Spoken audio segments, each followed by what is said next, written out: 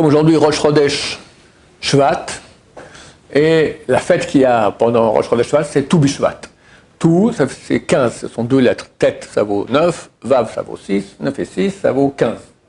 Pourquoi est-ce qu'on n'a pas dit Yud et puis He? Parce que Yud et puis He, ce sont les deux premières lettres du nom de Dieu, c'est un nom de Dieu. Donc on dit tout à la place. Donc le 15 Shvat, c'est le Rosh Hashanah, c'est, comment on appelle ça Rosh Hashanah? Le nouvel an des arbres. Qu'est-ce qui se passe? Pourquoi c'est un nouvel an des arbres? Alors, spécifiquement pour deux sujets dont je vais vous parler, parce qu'à l'étranger, les gens ne sont pas au courant que ça existe, et pourtant ça existe. Le premier, qui existe qu'en terre d'Israël, c'est quelqu'un, il achète une pomme. Est-ce qu'il y a un problème de cache-route dans la pomme? Presque impossible. Des fois, aujourd'hui, ils ont des sortes de... Ils ont mis autour de la pomme une sorte d'insecticide comme ça qui est fait sur une base de choses qui n'est pas cachère. Mais c'est très rare. Une pomme qui n'aura pas ce vernis, d'accord, elle est cachère. C'est valable à l'étranger, pas en Israël. En Israël, chaque production agricole, que ce soit fruits ou légumes, on doit faire attention environ à 5, 6, 7 choses. Il y a des prélèvements. On doit donner de cette pomme une chose qui s'appelle la Trouma Gdola, ce qu'on donnait à l'époque au Kohen. On ne peut pas le donner au Kohen parce que c'est quelque chose de pur, donc il faut le mettre de côté et le brûler ou le mettre dans un sac, 2-3 sacs en nylon, et le mettre en plastique et le mettre dans la poubelle. Après, il y a le Maaser Rishon. C'était 10% qu'on donnait au Lévi. Après, il y a Troumat Maaser. C'est le 10% que recevait ce 10% que recevait le Lévi, il en donnait 10% au Kohen. On appelle Troumat Maaser. Trouma Gdola, ce que nous donnons au Kohen, et Troumat Maaser, ce que le Lévi donne au Kohen. Il donne plus que nous. Nous, on peut donner très peu, une petite partie, lui, il donne 10% de ce qu'il reçoit. Ensuite, les 4e, les 3e et 6e années du cycle. Il y a un cycle tous les 7 ans, depuis la Shemitah. La 3e, 6e année, il faut donner Maaser Sheni. C'est quoi Maaser Sheni? 2e dîme. À l'époque, on devait manger ça en sainteté à Jérusalem. Et quelqu'un habitait très loin, il avait par exemple, chez moi, il avait une tonne de poire dans le Galil. Il fallait qu'il vienne une tonne, donc 100 kilos. On va dire, il avait 10 tonnes de poire, d'accord, de la production. Il a un champ de poire, il a 10 tonnes de poire. Il fallait amener une tonne de poire et les manger à Jérusalem. Le pauvre, il aura une indigestion, d'accord. Il laissait son fils à la yeshiva à Jérusalem. Tiens, tu mangeras des poires, toi et tes copains. Comme ça, c'est bien, il y aura plus de gens qui vont rester à Jérusalem. Il fallait les porter, la tonne de poire. Ce qu'il pouvait faire, c'était vendre les poires dans le Galil là-bas, prendre l'argent et venir ici à Jérusalem, acheter une nourriture ici à Jérusalem, et avec cette nourriture, elle avait la sainteté de Maaser Sheni. C'est saint, il fallait manger dans les murailles de Jérusalem le Maaser Sheni. Aujourd'hui, on ne le fait pas. Qu'est-ce qu'on fait? On rachète la sainteté du Maaser Sheni qu'on met sur une pièce, et la pièce, 2 fois dans le cycle des 7 ans, on va la jeter à la mer. D'accord? Ou on prend sa kedusha, on fait passer la sainteté qu'il y a dans la pièce sur un peu de sucre, un demi-verre de sucre, on verse dans les toilettes. D'accord? Il faut se débarrasser de cette sainteté-là, la 4e et la 7e année du cycle. Il y a un Maaser Ani, 10% qu'on donnait aux pauvres. Et ça, c'est actuel, il faut le donner.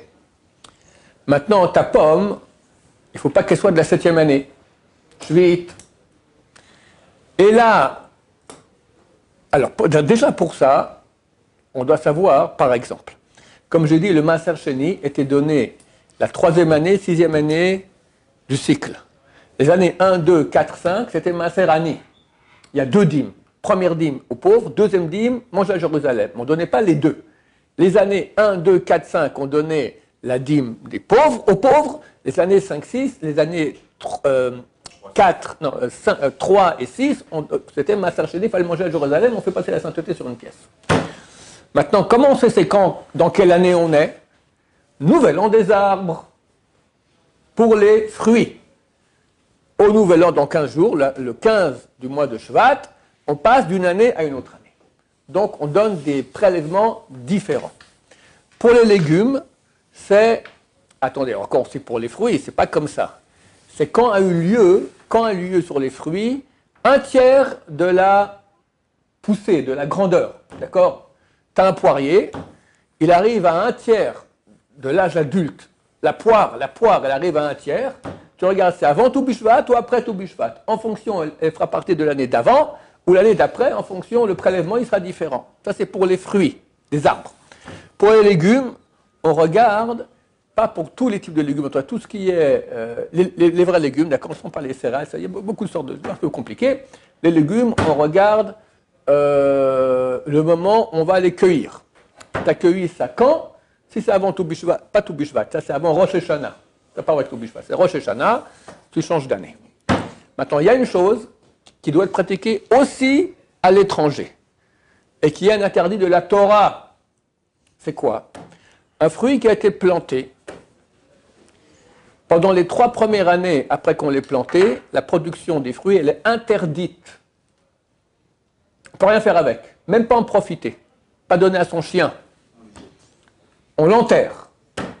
Même jeter à la mer que les petits poissons ils vont manger, interdit. On appelle cela orla. Orla. C'est interdit grave, parce qu'on sait que si par exemple quelqu'un il fait un plat, tout d'un coup maintenant tu as de la graisse de porc qui tombe dans le plat. Se mélange au plat. Interdit ou permis le plat? Ça dépend combien. S'il y a moins de 1/60e de jus de porc dans le plat, c'est permis. Si maintenant j'ai des fruits de orla qui sont tombés dans un plat, il faut qu'il y ait 200 fois plus dans le plat que la orla. 200 fois plus. Voilà à quel point c'est grave, c'est interdit de la Torah. À l'étranger aussi. À l'étranger aussi. Simplement à l'étranger, quand on a un doute, on permet. Par exemple, ton voisin, il a 2 poiriers, un qu'il a planté il y a moins de 3 ans, un qu'il a planté il y a 10 ans. Tu peux me donner une poire, s'il te plaît? Il m'amène une poire. Je ne sais pas de quel arbre ça vient, je peux le manger. En Israël, ça ne va pas. En Israël, il faut qu'il y ait un pourcentage de chance. Ça, c'est 50-50, c'est 50%. À l'étranger, c'est permis, mais ici en Israël, ce n'est pas permis. Mais si tu sais maintenant, quelqu'un, il a planté son poirier à Paris, et maintenant, oh, il est tout content, après 1 ou 2 ans, il a déjà des poires, hop, bon appétit les amis, bon appétit à S, bracha le batala, tu manges de l'interdit plus grave que le porc. Faire attention à cela. Maintenant, ce n'est pas seulement quand je l'ai planté, c'est aussi quand je l'ai replanté. Par exemple, ma femme, cette semaine, elle a voulu acheter un arbre. D'accord? Avec des petites oranges, comme ici en bas. Hein? Exactement, kumquat. Maintenant, le jardinier est venu, il a amené l'arbre, je n'étais pas présent. Quand il l'enlève de la terre, remet dans la terre, il faut reprendre le compte des 3 ans depuis le début. À moins qu'il y ait suffisamment de terre autour de l'arbre, sur les racines, pour qu'il puisse survivre comme ça, tenir quelques jours. Je n'étais pas absent, je n'étais pas présent. Maintenant, non seulement cela, par exemple, maintenant, on a fait une greffe à l'arbre. Il faut compter 3 ans depuis la greffe. Donc, faire attention. Maintenant, comment on compte les années? Ce n'est pas la date où je l'ai planté. On compte les années, c'est un peu compliqué, qui, quoi, comment donc, mais le nouvel an des arbres, donc tout Bishvat, le 15 du mois de Shvat, ça fait passer d'une année à l'autre. Dans la majorité des cas, pas dans tous les cas. Il faut se renseigner, ça dépend quand on l'a planté, qui, quoi, comment, etc. Oui, il y a plusieurs questions ici. Oui. Si on veut respecter ça en considéré, alors comment on peut faire? Un jus d'orange, interdit? Non, vu que je dis dans tous les cas où tu as un doute en route là, c'est permis.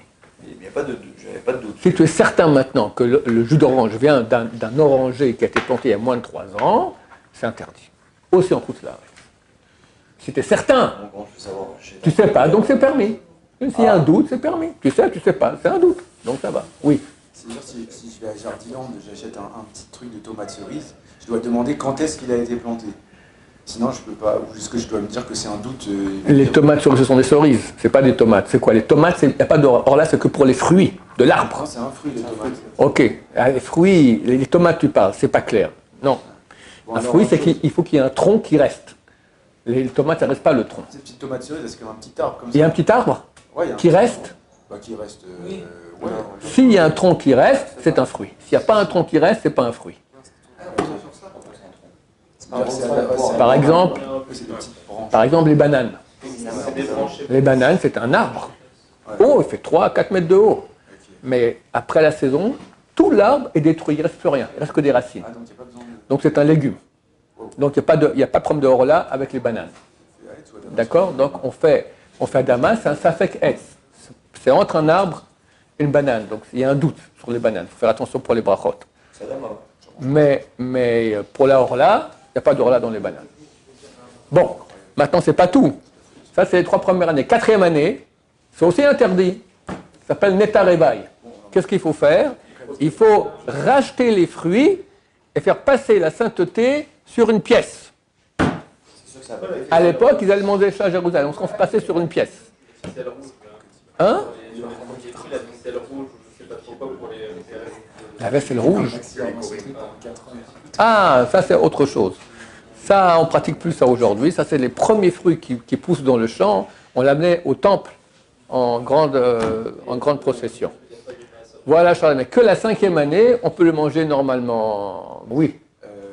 Oui, tout à l'heure vous avez parlé du maaser pour les pauvres, les 10%. Ouais. Mais j'avais entendu que c'était un minag.